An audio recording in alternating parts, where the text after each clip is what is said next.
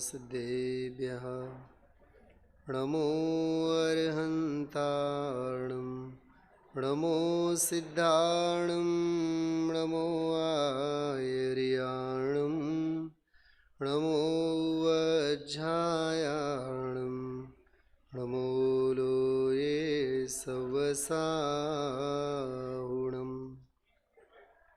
नमः समयसाराय स्वानुभूत्या चकासते चित्स्वभावाय भावाय सर्वभावान्तरच्छिदे।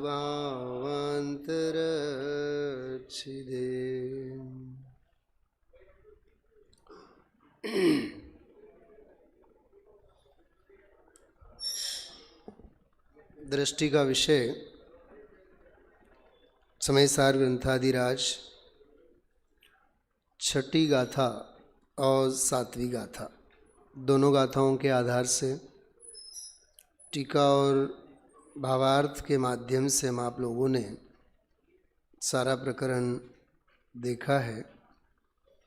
अत्यंत संक्षेप में यदि कहें तो छठवीं गाथा में पर्यायों से पार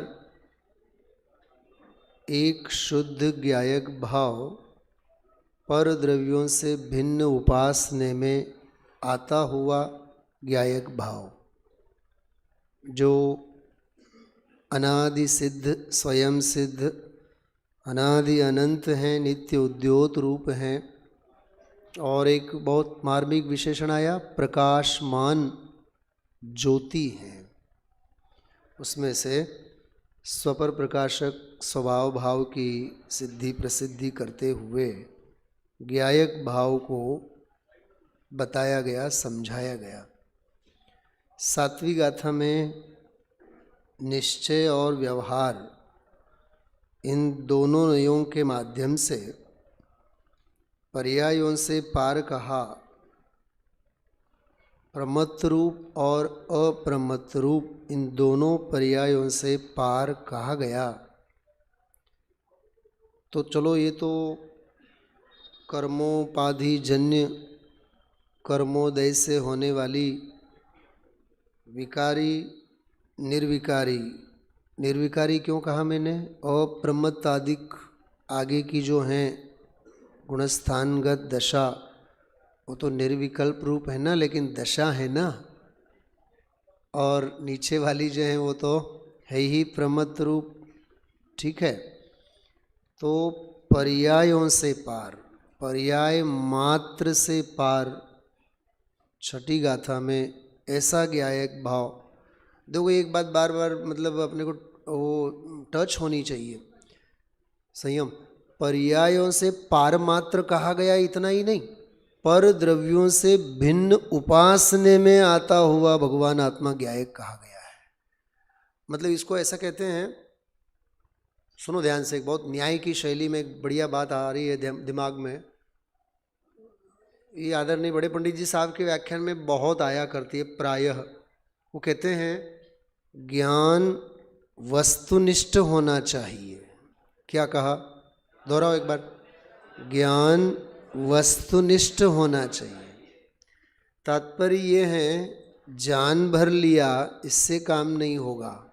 उस वस्तु का संपादन, उस वस्तु की व्याप्ति ज्ञान के माध्यम से होनी चाहिए। बात समझ में आ रही है? वस्तु का, ज्ञान का वस्तुनिष्ठ होने से क्या तात्पर्य है? हाँ, तो कहने का मतलब ये वही पर द्रव्यों से, सकल पर द्रव्यों से भिन्न उपासने में आता हुआ भगवान आत्मा कैसा है?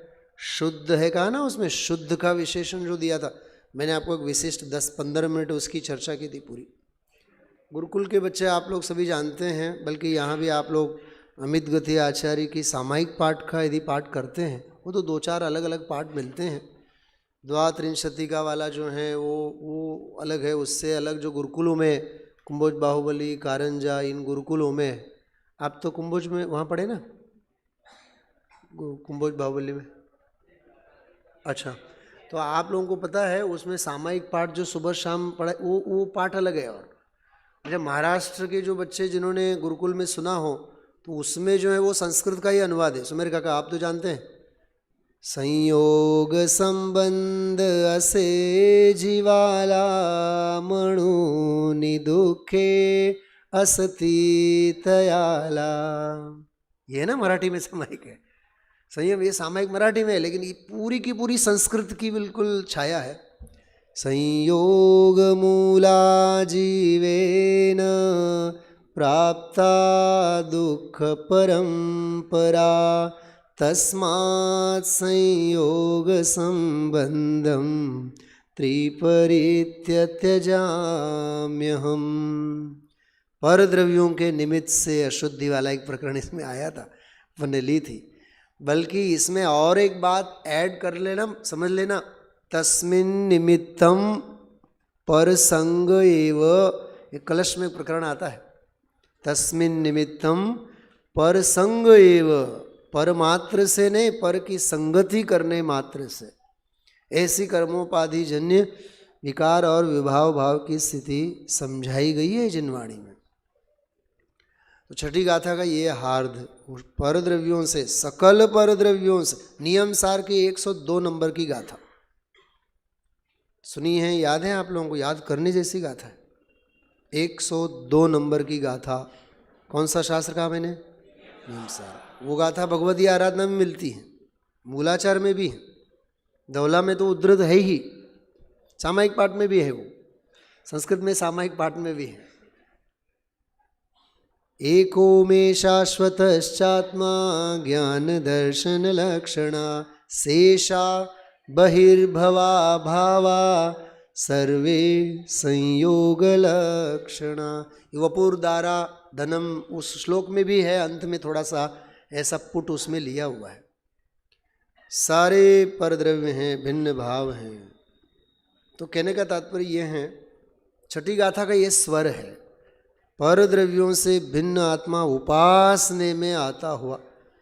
आप लोगों को आश्चर्य लगेगा, संयम भैया मैंने तो इन गाथाओं का नेट प्रैक्टिस राजकोट में मैं करके आया हूँ। यहाँ 4-5-6 दिन लेना था तो बराबर नेट प्रैक्टिस 8 दिन यही विषय चलाया स्वाध्याय में अपने आनंद के लिए। देखिए महाभारत का वृत्तांत, पांडव सब खड़े हैं, अर्जुन का नंबर आया, गुरु द्रोण कहते हैं बेटा चल, अब चलो अब अपनी लड़ाई लड़ने के लिए। सबसे पहला प्रश्न मेरा ये है, गुरु द्रोण बोल रहे हैं, तुम्हें क्या क्या दिख रहा है? अच्छा, पेड़ है कि नहीं, पंछी है कि नहीं, गुरु पूछने वाले गुरु हैं कि नहीं, अच्छा भाई लोग हैं कि नहीं, सब है ना, वो अपनी जगह है। लेकिन अर्जुन की दृष्टि में ये सब होने पर भी नहीं है। क्या गजब की दृष्टि है। अच्छा पंछी तो हैं, पक्षी जो पंछी वहाँ पंछी है कि नहीं, है तो सही। अच्छा पंछी की आंख, हाँ आंख भी है, होने पर भी अर्जुन को केवल और केवल उसका लक्ष्य, उसका ध्येय वो आंख की पुतली भर दिख रही है। होने के लिए सब कुछ है, हमें उनसे कोई परहेज नहीं है, कोई अवज्ञा नहीं है, वे अपने अपने लिए मुबारक, लेकिन दृष्टि का विषय मेरे लिए मुबारक।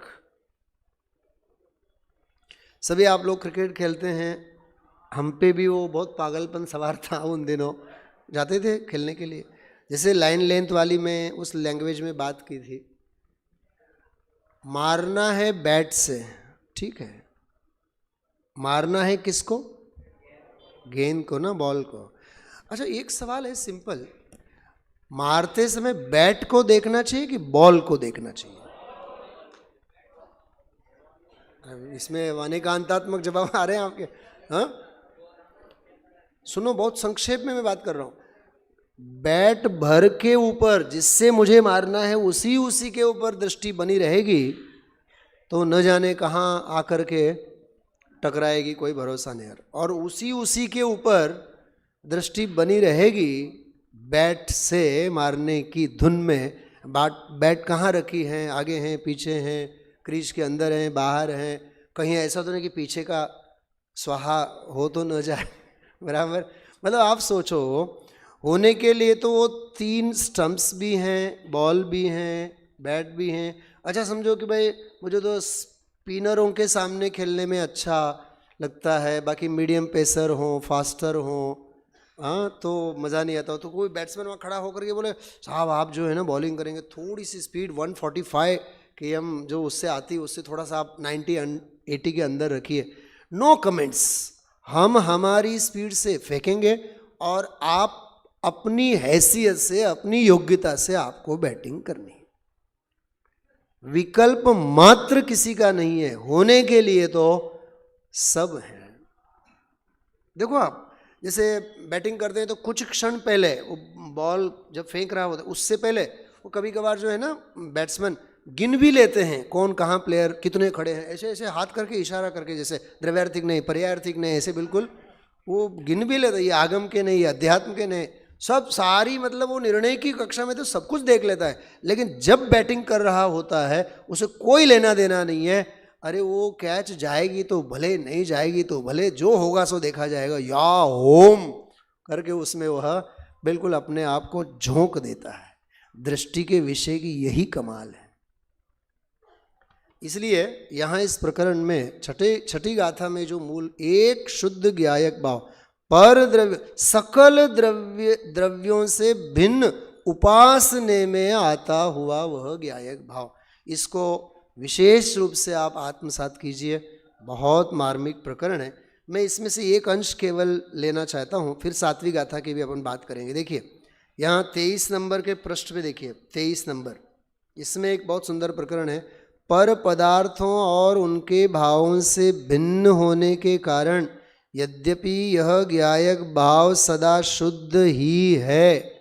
संयम भैया बहुत सुंदर, उस 17वीं 18वीं गाथा की टीका में एक्स्ट्रा टीका जो है ना, एक्स्ट्रा टीका का जो अंश है ऐसा ये अंश है। क्या कहा कि वह पर पदार्थों से भी भिन्न है। आत्म स्वभावम अपन ने याद किया था, पर भाव भिन्नम, फिर भी यहाँ के उसके आगे वाली बात कह रहे हैं, पर पदार्थों और उनके भावों से भिन्न होने के कारण यद्यपि यह ज्ञायक भाव सदा शुद्ध ही है।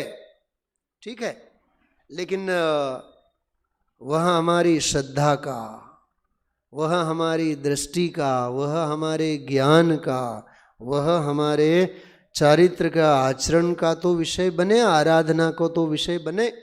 जब तक वह उनका विषय नहीं बनता, अनुभूति में जब तक नहीं आता, तब तक उसके शुद्ध होने का हमें कोई लाभ नहीं होता। कहने का मतलब ये है, शुद्ध है सो तो है ही, पर द्रव्यों से भिन्न है, पर पर्यायों से भिन्न है।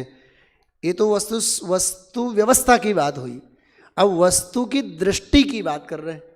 वस्तु तो हो गई, लेकिन वस्तु की दृष्टि की बात देखिए। तथापि जब तक यह ज्ञायक भाव अपने श्रद्धा ज्ञान चारित्र का विषय नहीं बनता, अनुभूति में नहीं आता, तब तक उसके शुद्ध होने का लाभ पर्याय में, परिणमन में, परिणति में प्राप्त नहीं होता। अर्थात आत्मा में अतीन्द्रिय आनंद की कणिका नहीं जगती और मिथ्यात्व ग्रंथि का भेद नहीं होता। मतलब इस द्वारा जो आध्यात्मिक क्रांति का परिवेश बनना चाहिए, परिप्रेक्ष्य उसका सर्जन होना चाहिए, वह नहीं होता। अतः यहाँ यह कहा गया है कि वह पर भावों से भिन्न उपासित होता हुआ, ये तो बिल्कुल सुवर्ण अक्षरों से लिखा जाने वाला शब्द अंश ही है टीका का। पर द्रव्यों से भिन्न, पर भावों से भिन्न, पर पर्यायों से भिन्न, अरे जगत मात्र से भिन्न। समझ में आ रही बात? 12 भावनाओं में, अन्यत्व भावना में है ना एक पंक्ति बहुत बढ़िया, संयोग में व्यवहार से ही, संयोगों को व्यवहार से ही भर कहा गया है और संयोग की आराधना ये संसार का आधार है। ध्रुव धाम की आराधना आराधना का सार है। वो अंतिम जो 4 पंक्ति उसमें ये रहस्य है।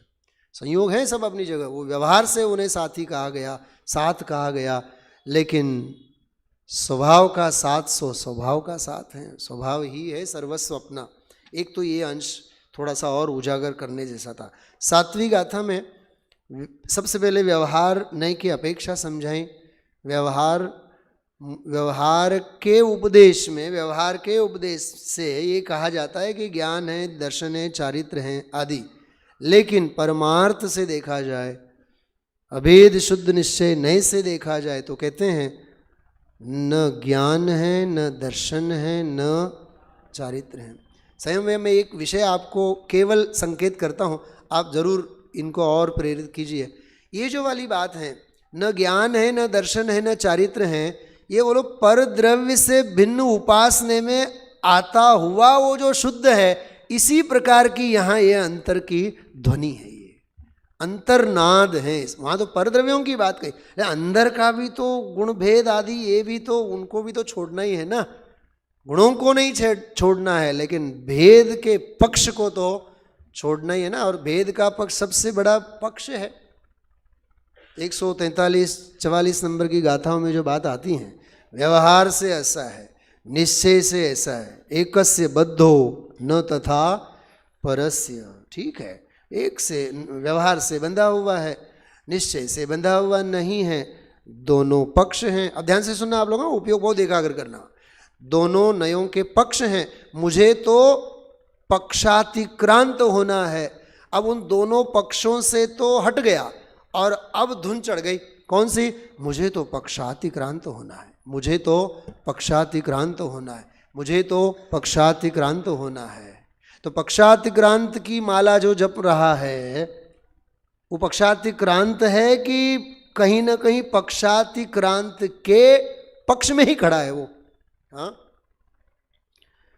मोक्ष अधिकार की जो गाथा है ना, मोक्ष अधिकार की गाथा है जिनमें प्रज्ञा छयनी वाली बातें आती हैं, वहां बंध के चिंतन मात्र से, ऐसा लिखा है, बंध के चिंतन मात्र से अथवा मुझे छूटना है, मुक्त होना है, इतने विचार मात्र से कोई बंधन से छूटता नहीं है। उसमें लिखा है कर्म बंधन की श्रृंखला रूप धर्म ध्यान के माध्यम से जिनकी बुद्धि अंध हुई है उन जीवों को समझाते हैं, ऐसा लिखा है मूल टीका में। कर्म बंधन के चिंतन से, धर्म ध्यान से जिनकी बुद्धि अंध हुई है। अब सोचो, मतलब जिन विचारों से, जिन चिंतन की प्रक्रिया में से निश्चिंत होना था, क्या कहा? जिस चिंतन की प्रक्रिया से निश्चिंत होना था, वे चिंतन की ही धारा ऐसी हावी हुई कि उस जीव को निश्चिंतता मिली नहीं। तो कहीं न अटकने के रास्ते बहुत हैं। गुरुदेव सिंह कहा करते थे, हाँ, अटकवाना रास्ता घना छे, पामवानो पंथ तो एक छे। क्या कहा? अटकने के रास्ते बहुत हैं, अनेक हैं, पाने का रास्ता तो। और श्रीमद जी कहते हैं एक होए तरण काल मा परमार्थ नो पंथ, परमार्थ का मार्ग तो एक ही है। ये है कला, इन गाथाओं में से हमें सीखने लायक, अर्जित करने लायक। इसलिए यहाँ 7वीं गाथा में दर्शन ज्ञान चारित्र हैं तो किस अपेक्षा से, नहीं है तो किस अपेक्षा से, बराबर। अच्छा, एक और बात, ये जो ऊपर का एक और थोड़ा सा अंश बोल्ड अक्षरों में लिखा हुआ है, प्रिंटेड है, बहुत बढ़िया अंश है। जो ऊपर की प्राकृत गाथा, नीचे उसका जो हिंदी अध्ययनवाद के बीच में एक अंश है, देखो। क्योंकि अनुभव के काल में गुण भेद भी नज़र नहीं आता, अनुभव के काल में ज्ञायक भाव जैसा नज़र आता है, परम शुद्ध निश्चय नय का विषयभूत वही ज्ञायक भाव शुद्ध कहलाता है। ये वाला प्रकरण सप्लीमेंट्री के रूप में, मुझे वो नए रहस्य में से थोड़ा सा अंश लेना था, उसी में ये प्रकरण आता है। देखिए 7वीं गाथा, अर्थ की अपन ने बात की, निकालिए आप आगे 24-25 पेज पे, 25 पृष्ठ पे एक अंश है, वहाँ से थोड़ा सा अपन प्रकरण लेते हैं। देखिए अंत के ही बस 1-2-3 उसमें अंश हैं। अनुभव में तो जो एक अभेद अखंड नित्य ज्ञायक भाव दिखाई देता है वही दृष्टि का विषय है। मिल गया होगा आप लोगों को सभी को। हाँ, मूल ग्रंथ में 25 नंबर के पृष्ठ पे हैं, बीच में तीसरा प्रकरण। अनुभव में तो एक अभेद अखंड नित्य ज्ञायक भाव दिखाई देता है वही दृष्टि का विषय है, उसके आश्रय से ही सम्यक दर्शन प्रकट होता है। मेरा मूल समय सार ज्ञायक भाव प्रबोधिनी के अंतर्गत है। उसी में अपनापन स्थापित होने का नाम क्या है? सम्यक दर्शन है। एकमात्र वही ध्यान का ध्येय है। और कहते हैं अधिक क्या कहें, तो ये दादा के स्पेशल कमेंट्स हैं। अधिक क्या कहें, मुक्ति के मार्ग का मूल आधार वही ज्ञायक भाव रूप भगवान आत्मा है। इस अंश को भी आप बिल्कुल अपनी पर्सनल डायरी, पर्सनल नोटबुक में ज़रूर नोट करिए, ज़रूर इसका ध्यान रखिएगा। बहुत मार्मिक अंश है। वह भगवान आत्मा अन्य कोई नहीं, स्वयं मैं ही हूँ। अब सीधी बात है वाली बात छोड़ दी, अन्य है अन्य। अभी कहते हैं मैं स्वयं ही ऐसा हूँ। ऐसी दृढ़ आस्था, स्वानुभव पूर्वक दृढ़ प्रतीति, तीव्र रुचि ही वास्तविक धर्म है। देखिए क्या क्या लिखा है इसमें। आस्था, स्वानुभव पूर्वक दृढ़ प्रतीति, तीव्र रुचि, मतलब एकार्थवाची है, इस रूप से ले लिया इसमें। हाँ, पर द्रव्यन्ते भिन्न आप में रुचि, तो वहाँ तो रुचि को ही सम्यक कह दिया। हाँ, वो तो रुचि तो समझ लीजिए कि सम्यक्त रूपी गंगा की गंगोत्री है वो, जहाँ से सम्यक्त को जन्म लेना है। बराबर। कलश टीका के अंतर्गत तो रुचि, प्रतीति, श्रद्धा, इन शब्दों से भी वहाँ मतलब उन्हें वहाँ उल्लिखित किया है। तो देखिए ये सब बहुत सुंदर सुंदर बातें जिनागम में कहाँ कैसे किस अपेक्षा से कहा जाता है। इवन अष्टपाहुड़ में भी ये बात है। तत्व रुचि सम्यक्त्व है। क्या लिखा? तत्व रुचि सम्यक्त्व है, तद ज्ञान सम्यक ज्ञान है। तत्व रुचि को सम्यक तो कहा वहाँ, रुचि भर को ही, रुचि भर से, लेकिन वो रुचि भी किस हाई लेवल आईक्यू की होगी। क्या कहा मैंने? किस हाई लेवल की आईक्यू वाली होगी वो रुचि। अपूर्व अवसर की भाषा में मैं कहूँ ना, सर्वभाव से औदासीन्य। तो मैं वहाँ प्राय जब अपूर्व अवसर के ऊपर स्वाध्याय कराते हैं तो वहाँ मैं एक बात पूछता हूँ, उदासीन भाव है ना, सर्वभाव थी औदासीन्य। तो उदासीनता जो वैराग्य भाव हुआ, उस वैराग्य भाव से भी, उस उदासीन भाव से भी उदासीनता आई कि नहीं? क्या कहा मैंने? पाप की तो रुचि छूट गई, लेकिन पुण्य परिणाम जो हो रहे हैं, बराबर, उनकी भी तो सारा जगत फल भोगता, पुण्य एवं पाप का, और सब त्याग निरत जिनवर सफल जीवन आपका, संतप्त मानस शांत हो जिनके गुणों के गान। क्या क्या गजब का रहस्य है उसमें। बोलिए बोलिए, कोई बात नहीं।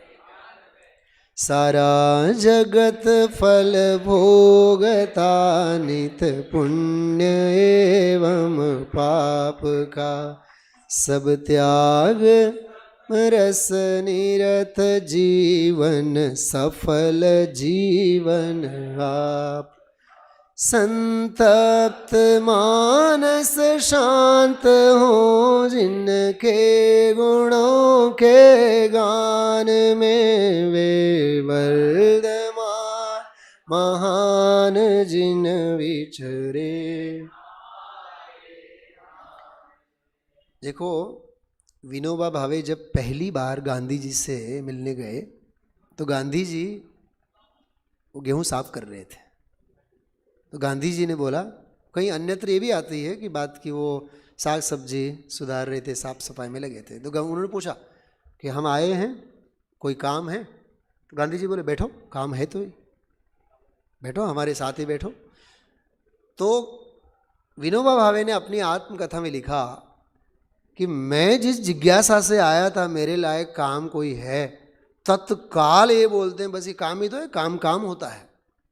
चाहे गेहूँ साफ करो, हमारे भाई जी जतीश भाई जी तो हमको जैसे रात में 11-11, 12-12 बजे तक ये पाटे लगाना, वो मतलब थालियाँ लगाना, पुस्तकें लगाना विधान के दिनों में वगैरह, जहाँ बहुत पंच कल्याण का अधिक में होते हैं ना ऐसे प्रसंग, तो हम बोलते थे उनको कि भाई जी 11:30-12 बज गए, बहुत देर हो गई है, आप विश्राम कीजिए, आप क्यों काम कर रहे हैं।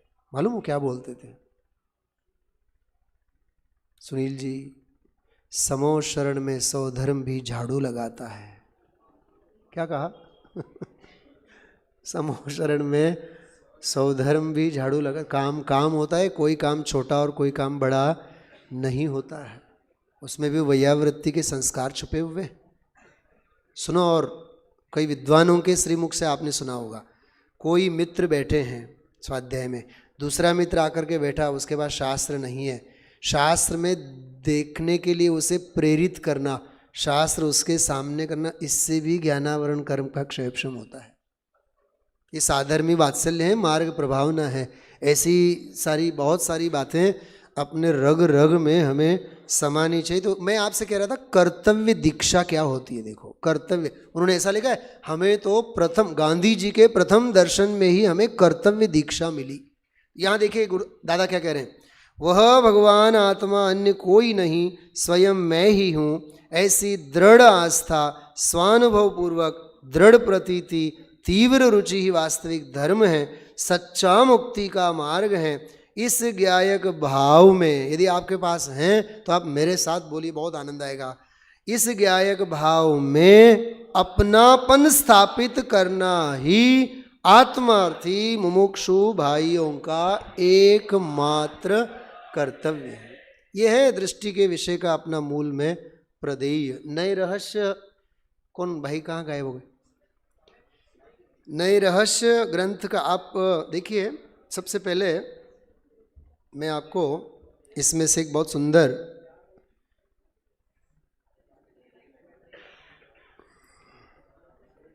दो 258-59 नाम का इसमें नंबर का प्रश्न है। थोड़ा सा विषय लंबा है लेकिन बहुत आला पद्धति के आधार से एक विषय लिया है। देखिए जिनागम में कैसे कैसे मार्मिक मर्म सारे छुपे हुए होते हैं और हमें उनका ज़रूर गहराई से गहन अध्ययन करना चाहिए।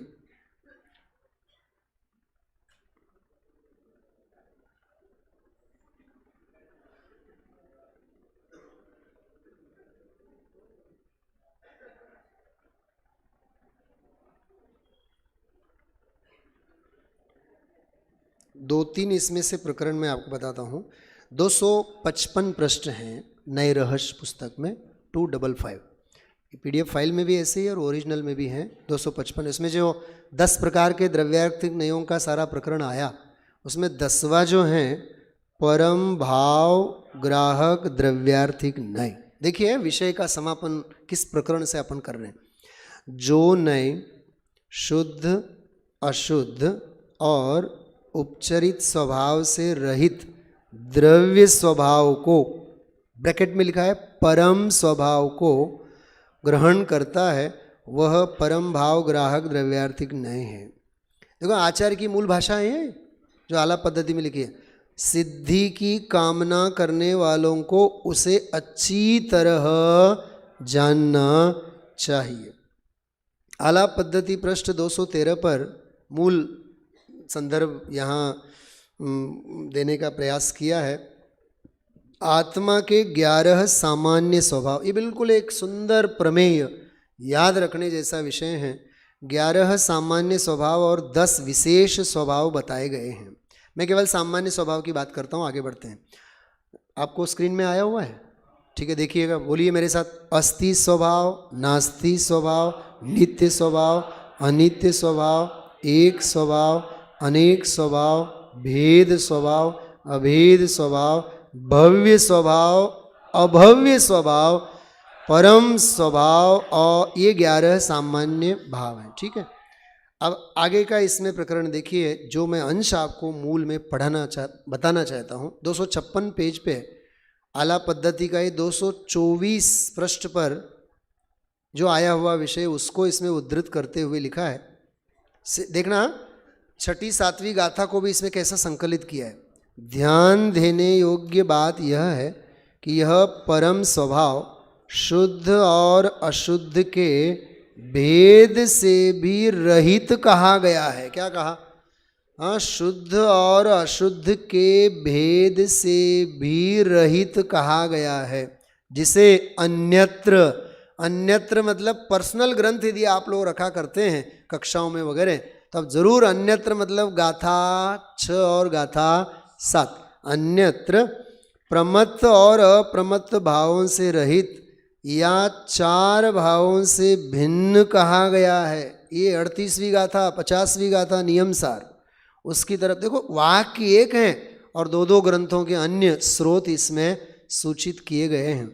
आत्मा में शुद्धता है या नहीं अथवा अशुद्धता है या नहीं, तथा उसका अन्य वस्तुओं से संबंध है या नहीं, इन सभी प्रश्नों का उत्तर देने वाले शुद्ध द्रव्यार्थिक नय, अशुद्ध द्रव्यार्थिक नय तथा असद्भूत व्यवहार नय हैं। परंतु यह नय तो, ये परम भाव वाला जो नय है, यह नय तो अपने विषय में ऐसे प्रश्न ही खड़े नहीं होने देता। यह तो इन सभी विकल्पों को विलीन करता हुआ निर्विकल्प अखंड चिन्मात्र वस्तु को ग्रहण करता है। आचार्य देव कहते हैं, अब प्रश्नोत्तर की भूमिका से भी ऊपर उठकर न्याय दीपिका में आते हैं ना, बालकों के प्रकार आते हैं अलग अलग। हाँ, मतिकृत, कायकृत। हमारी कक्षा के समय में एक हमारे कक्षा में बालक कहें, अब तो क्या बालक कहें, वो उन मित्रों को हमारे मित्रों ने ऐसा नाम दिया था, समस्यात्मक बालक। बड़े दादा की कक्षा में आते ही से प्रश्नों की झड़ी, कक्षा कभी कभार तो ऐसी हुए पूरी की पूरी कक्षा उस एक मित्र वर्ग की समस्याओं के समाधान में ही पूरी होवे। तो दूसरे और मित्र दादा से कहे, दादा ये तो हम तो समस्या ही समस्या सुन के आज निकल गए यहाँ से। तो समस्यात्मक बालक भी हुआ करते हैं। एक बात समझ लेना कि समाधान से सट के बने रहने की कोशिश करना, और देखिए अध्ययन और अभ्यासु वृत्ति से अपने आप सहज ही सभी समस्याओं का समाधान मिल जाता है। आज अभय जी भाई साहब ने कहा था, रोटी सेकने तो दो, कहा था कि नहीं? तो धीर धरना चाहिए अपने को, बराबर। और उसमें आवेग भी, जिज्ञासा हो, वे अलग बात है, होनी भी चाहिए। या तो प्रश्न वे लोग पूछते हैं, वे लोग नहीं पूछते हैं जिनको सब कुछ समझ में आ गया होता है, या तो वे नहीं पूछा करते हैं जिनको कुछ भी समझ में नहीं। हाँ, जिन्हें समझने की जिज्ञासा है तो इतनी तो जिज्ञासा वृत्ति होनी ही चाहिए। तो कहते हैं यहाँ संयोग एवं सापेक्षता निरपेक्षता के विकल्पों से पार, वही वाली बात जो पक्षातिक्रांत वाली मैंने कही आपसे, पार यह परम भाव ही परम पारिणामिक भाव रूप द्रव्य स्वभाव है। इसकी प्राप्ति को ही निर्वाण निरूपित करते हुए द्रव्य स्वभाव प्रकाशक नए चक्र, आप देखो पर्सनल डायरी में, नोटबुक में इन गाथाओं को लिख के रखिए, गाथा याद कीजिए आप। यहाँ केवल उनका भावानुवाद दिया है। 413 में कहा है, पढ़ेंगे आप लोग मेरे साथ, क्या लिखा है देखो, कितना सुंदर स्टेटमेंट है, पढ़िए। जिन शासन में इस परम पारिणामिक भाव को ही परम पद और सारभूत कहा गया है, यही अविनाशी तत्व है, इसके लाभ को ही निर्वाण कहते हैं। देखो निर्वाण भक्ति, भक्ति अधिकार, परम भक्ति अधिकार नियम सार में योग भक्ति, निर्वाण भक्ति, समाधि भक्ति, वहाँ निर्वाण भक्ति की ऐसी सुंदर व्याख्या की है। तो अपन लोग जो करते हैं क्या है, कौन सी भक्ति है ये? तबला ढोलक वाली भक्ति, जान मजरे वाली भक्ति, हाँ, गुणानुरागो भक्ति, गुणों में अनुराग का होना। बात समझ में आ रही है? हाँ, कहे विचक्षण पुरुष सदा मैं एक हूँ, अपनो रस सो रो अनादि टेक हूँ, मोह कर्म मम नाही नाही भ्रम कूप है शुद्ध चेतना सिंधु हमारो। मित्रवर आप लोग सभी, हाँ, अग्रज बंधुवर, नाटक समय सार, ये सब देखिए सिलेक्टेड छंद ही सही, लेकिन हमें याद होने चाहिए। अनुभव चिंता मणिरत्न अनुभव है। चलो अब आगे आवाज है जोरदार, हाँ? याद कीजिएगा। चलिए फिर एक बार इसको पढ़ते हैं। जिन शासन में इस परम पारिणामिक भाव को ही परम पद और सारभूत कहा गया है, यही अविनाशी तत्व हैं, इसके लाभ को ही निर्वाण कहते हैं। एक 374 नंबर की भी गाता है 374, उसका भी अर्थ देखिए। जब तक जीव का अपने इस परम स्वभाव में श्रद्धान ज्ञान और आचरण नहीं है, तब तक वह मूढ़ अज्ञानी संसार समुद्र में भटकता है। देखो उनके भेदों का वहाँ निषेध किया और यहाँ तो उसकी प्रवृत्ति करा रहे हो। फिर 11वीं गाथा, 16वीं गाथा, 38वीं गाथा, ये सब सारा मतलब सिलसिला गाथाओं का प्रकरण का वहाँ चलता है। देखिए आगे का एक और संक्षिप्त प्रकरण 264 264 पृष्ठ पे है, निकालिए।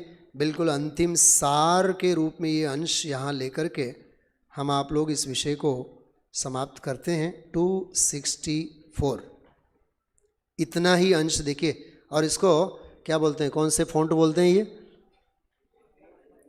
इटालिक फ़ॉन्ट क्या बोलते हैं उनको? ये देखिए इतना ही अंश है। क्रॉस वाले हैं ना जो कंप्यूटर में नहीं होते, आई वाले जो भी हैं।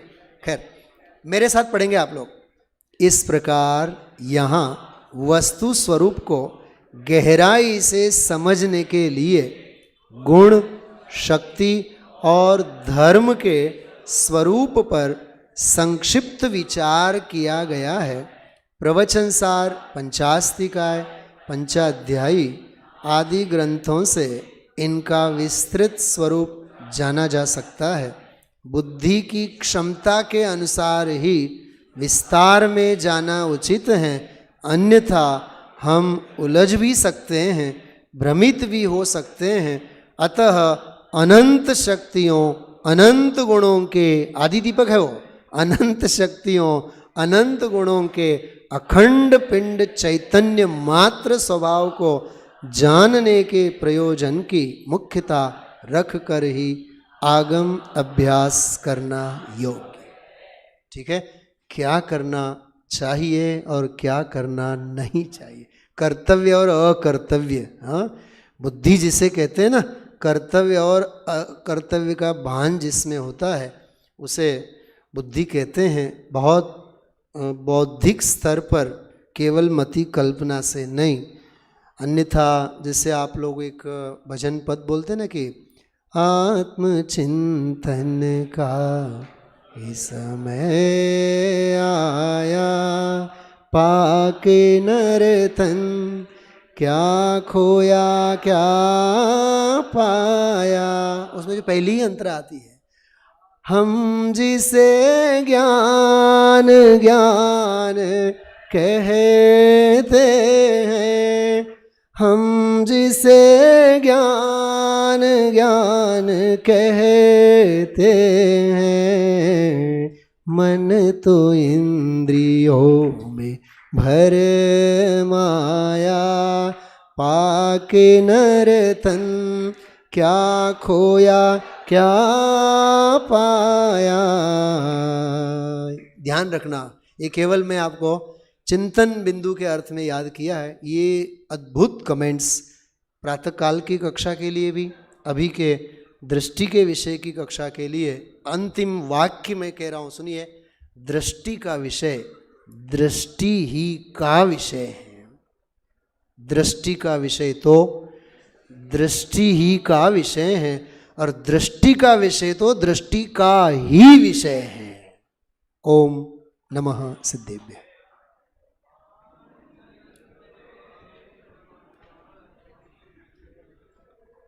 परम शुद्ध निश्चय के विषयभूत एक ज्ञायक भाव ही दृष्टि का विषय है, वही मुक्ति का मूल प्रयोजन है। इस प्रकार आज की कक्षा रही। आदरणीय सुनील जी भाई साहब की तरफ से हमारे बीच सुबह 47 शक्तियाँ इस विषय पर और अभी दृष्टि का विषय इस विषय पर इस प्रकार संपूर्ण शिविर में 2 कक्षाओं का आयोजन यहाँ से किया गया, जिसमें पूज्य गुरुदेव श्री की कुछ बातें जिनसे लगभग सभी विद्यार्थी अज्ञात थे, जिन्हें ज्ञात किया गया। समस्त विद्यार्थियों की ओर से, समस्त महाविद्यालय परिवार की ओर से बहुत बहुत आभार उनका यहाँ से व्यक्त करते हैं। अभी दोपहरकालीन कक्षाएं यहीं समाप्त होती हैं।